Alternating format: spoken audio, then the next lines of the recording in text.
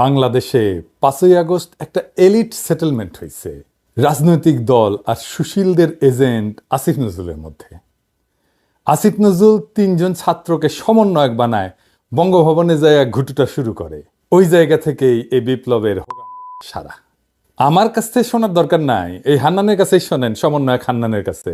সবচেয়ে ভয়ঙ্কর বিষয় হচ্ছে সেই মিটিং এ সেখান থেকে বের হয়ে বঙ্গভবনের যে মিটিংটা হয়েছে, ৩জনকে নিয়ে যাওয়া হয়েছে ছাত্র প্রতিনিধি বানিয়ে, যারা বৈষম্যবিরোধী ছাত্র আন্দোলনের সমন্বয়কদের কেউ ছিল না। এভাবেই সেখানে গভর্নমেন্ট ফরমেশনের একটা চেষ্টা চালানো হয়েছে। আপনারা কি ফাইন্ড আউট করতে পেরেছেন যে কারা এই আমি কাজটি এখানে করলো? আর বেশি কিছু বলতে চাচ্ছি না, জাস্ট এতটুকু বলতে চাচ্ছি। হান্নান নাম বলে নাই যে কে নিয়ে গেছে ৩জন সমন্বয়ককে বানায়, কিন্তু আমরা তো জানি রাজনৈতিক দল আর ক্যান্টনমেন্ট থেকে পানি পড়া নিয়ে আসিফ নজরুল বঙ্গভবনে ঘুটুটা শুরু করে। আমি কলে প্রথম রেড ফ্ল্যাগ তুলেছিলাম আসিফ নজরুলের বিরুদ্ধে। আসিফ নজরুল যেদিন ক্ষমতা হারাবে সেদিন সে বিপ্লবের বিশ্বাসঘাতক আর হন্তারক হিসেবে সমাজে ঘৃণিত হবে। মিলাই নিয়ে না আপনারা। আপনাদের মনে আছে ওই কইছিল যদি মিনিস্টার হইতো সারা জীবন দিয়া কাম করতো। যাই হোক, আজকে এনা আসিফ নজরুল কইছে ওই ১০০ দিন কি খেলাইছে সেটা সে কইছে। সে নিজের ১০-এর মধ্যে সাইড দিছে। তাও আসেন ওর লিস্টি থেকে দেখি ওই কি কামটা করিছে সেটা দেখি না। আমি এটা করে কাজ দেখাবো আর দেখবো এটা আসলে মন্ত্রণালয়ের কাজ কিনা, আর এই কাজ করতে কত সময় লাগবে। ওই ১ নাম্বার কইছে জুলাই বিপ্লবের সময় আন্দোলনকারীর বিরুদ্ধে দায়ের করা প্রায় সব মামলা, ফৌজদারি মামলা প্রত্যাহার করা হয়েছে। গত ১ জুলাই থেকে ৫ আগস্ট পর্যন্ত ২০২৪ পর্যন্ত ছাত্র জনতার গণ আন্দোলন দমনে দায়েরকৃত প্রায় সকল ফৌজদারি মামলা প্রত্যাহার করা হয়েছে। ভালো কথা। তো এই কাজ করতে কত টাইম লাগে? মামলা কে করেছে? পুলিশ করেছে তো, তাই না? আইন মন্ত্রণালয় তো করেনি। লিস্ট কার কাছে আছে? পুলিশের কাছে আছে, স্বরাষ্ট্র মন্ত্রণালয়ের কাছে আছে, তাই না? পুলিশের কাছ থেকে তালিকা আসবে, দেখে দিবে কে? স্বরাষ্ট্র মন্ত্রণালয় দেখে দিবে। আর আইন মন্ত্রণালয়ে একটা সার্কুলার দিতে হবে এই লিস্ট ধইরা। এটা একটা এফিসিয়েন্ট অর্গানাইজেশনের একজন মানুষের বড় জোর একদিনের কাজ। একজন মানুষের একদিনের কাজ ম্যাক্সিমাম। আচ্ছা, কি কইছে ২ নাম্বার কাজ? নিয়োগ এবং নিয়োগের সহায়তা। নিয়োগ সহায়তা বা নিয়োগের ক্ষেত্রে যে কাজগুলো করেছে একটু বলি। একটা হচ্ছে বাংলাদেশের প্রধান বিচারপতি সহ আপিল বিভাগে ৫ জন বিচারপতি, হাইকোর্ট বিভাগে ২৩ জন বিচারপতি এবং অধস্তন আদালতে ১০৯ জন বিচারক নিয়োগে সাচিবিক সহায়তা দেওয়া হয়েছে। বাংলাদেশের ৬১ জেলায় ইতিমধ্যে ৪,৩০০ জন আইন কর্মকর্তা নিয়োগ প্রদান করা হয়েছে। কি কি নিয়োগ করছে? প্রধান বিচারপতি নিয়োগ করছে, আপিল বিভাগের ৫ জন, হাইকোর্ট বিভাগের ২৩ জন বিচারপতি এবং অধস্তন আদালতে ১০৯ জন বিচারক নিয়োগ করছে। ও উপরে এগুলো নিজে করছে। আর নিচে যে অধস্তন আদালত, সেখানে ১০৯ জন বিচারক নিয়োগ কি করছে? সাচিবিক সহায়তা দিছে। তার মানে সেক্রেটারিয়াল সার্ভিসের কি বাংলায় ক্লার্কের কাজ, কেরানির কাজ করে দিছে। মানে এই কথাটা বারবার বলছে, সাচিবিক সহায়তা মানে সেক্রেটারির কাজ। ব্যুরোক্রেসিকে সে সেক্রেটারিয়াল সার্ভিসে নামাইছে, বুঝেছেন? ব্যুরোক্রেসি কাজ কি রে বালছুন? সেক্রেটারি সার্ভিস দেওয়া। এটা মন্ত্রণালয়ের প্রাইমারি ফাংশন কি জানা আছে আসিফ নজরুল? জানা নাই, আমি শিওর।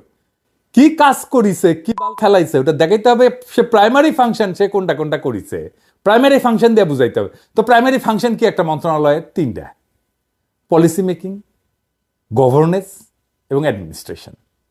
সাচিবিক ফাংশন না, সাচিবিক সহায়তা দেওয়া না। আচ্ছা আসেন তারপরে দেখি।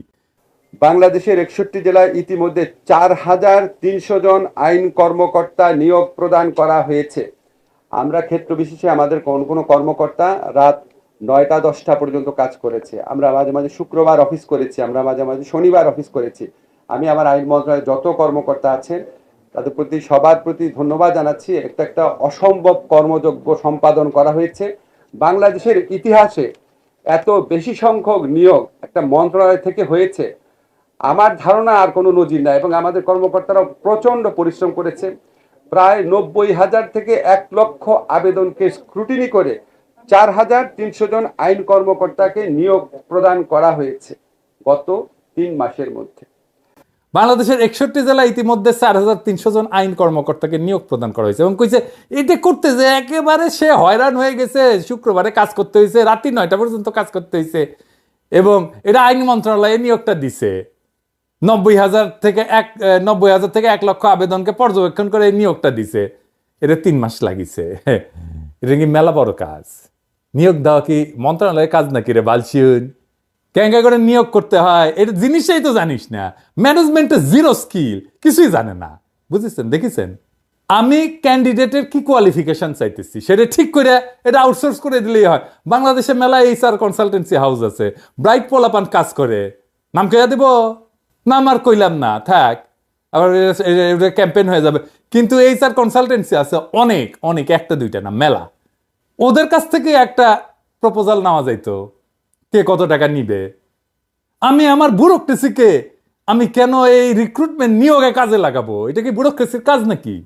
এবং আপনারা ব্যুরোক্রেটরা, আমরা আপনারাও হইছেন মাল এক একটা, হাসিনা বানাইছে, আপনারা কইবার পারেন না যে এটা ব্যুরোক্রেসির কাজ না? জানেনও না তো।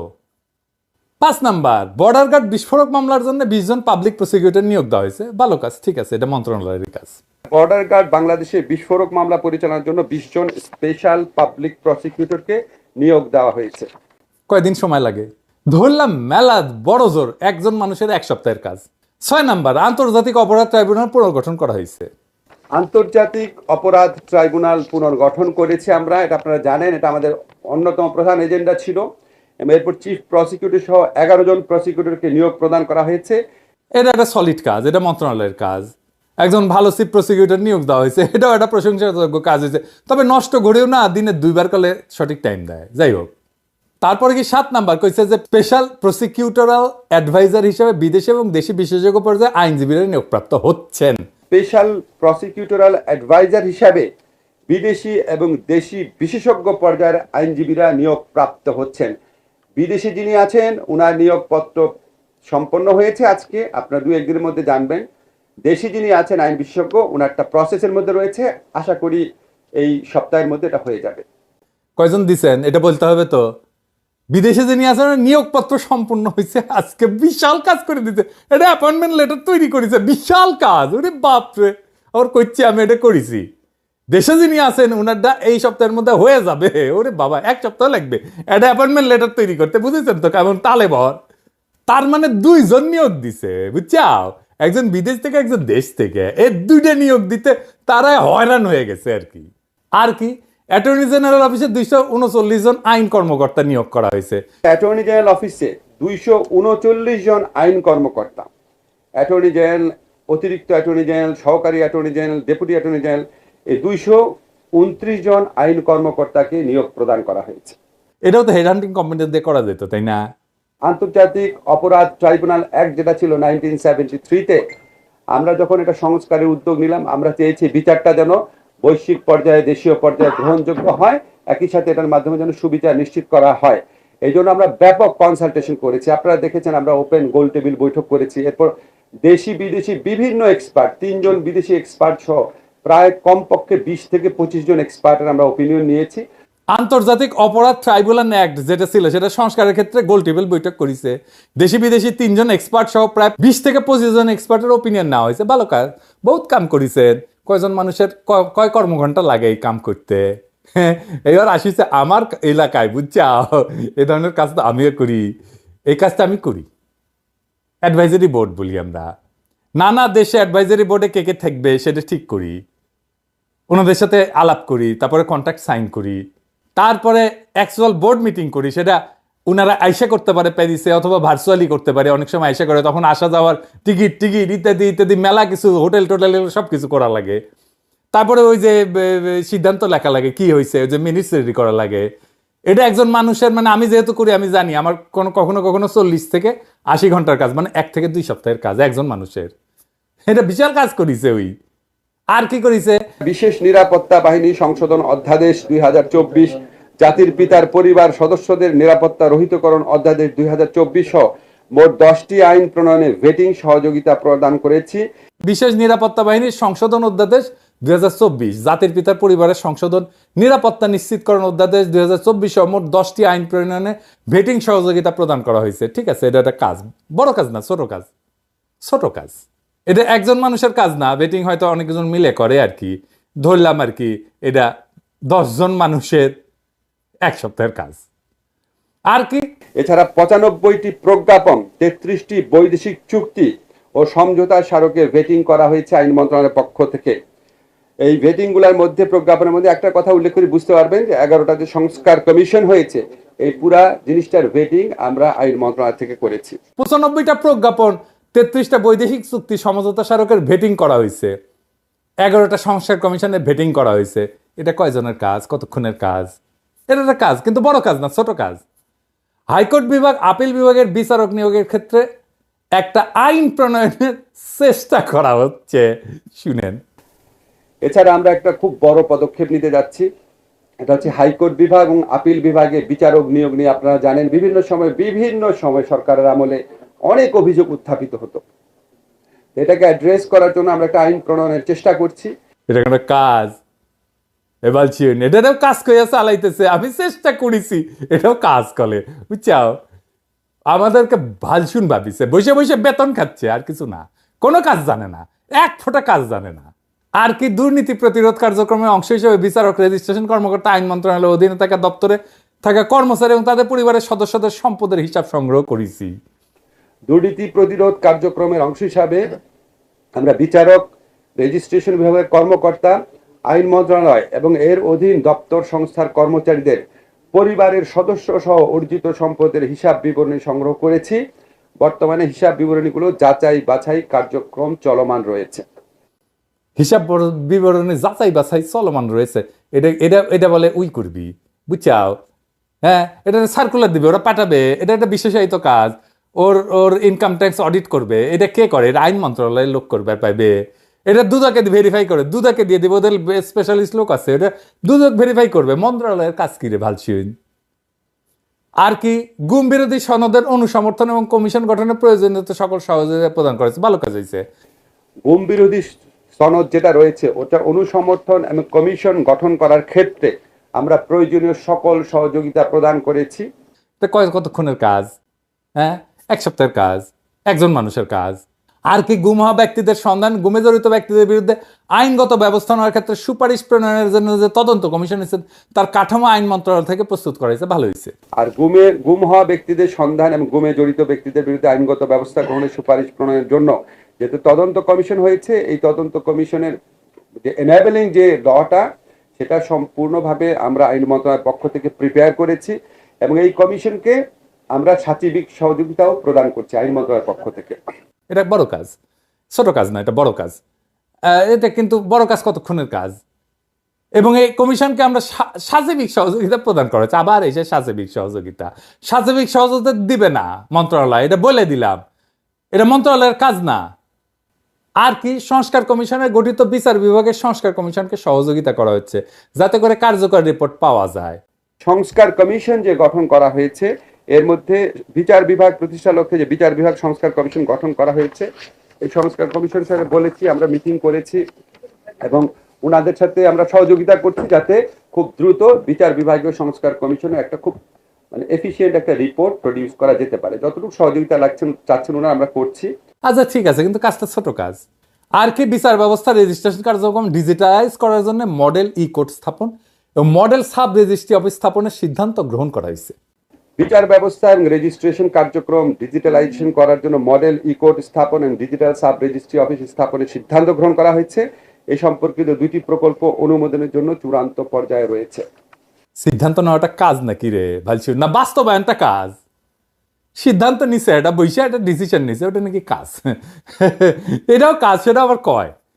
এই সম্পর্কিত 2টা প্রকল্প অনুমোদনের জন্য চূড়ান্ত করা হয়েছে। কাজটাকে হোক, প্রকল্পটা শেষ হোক, তার বাস্তবায়িত হোক, তারপর এটা কাজ হিসেবে দেখায়েন।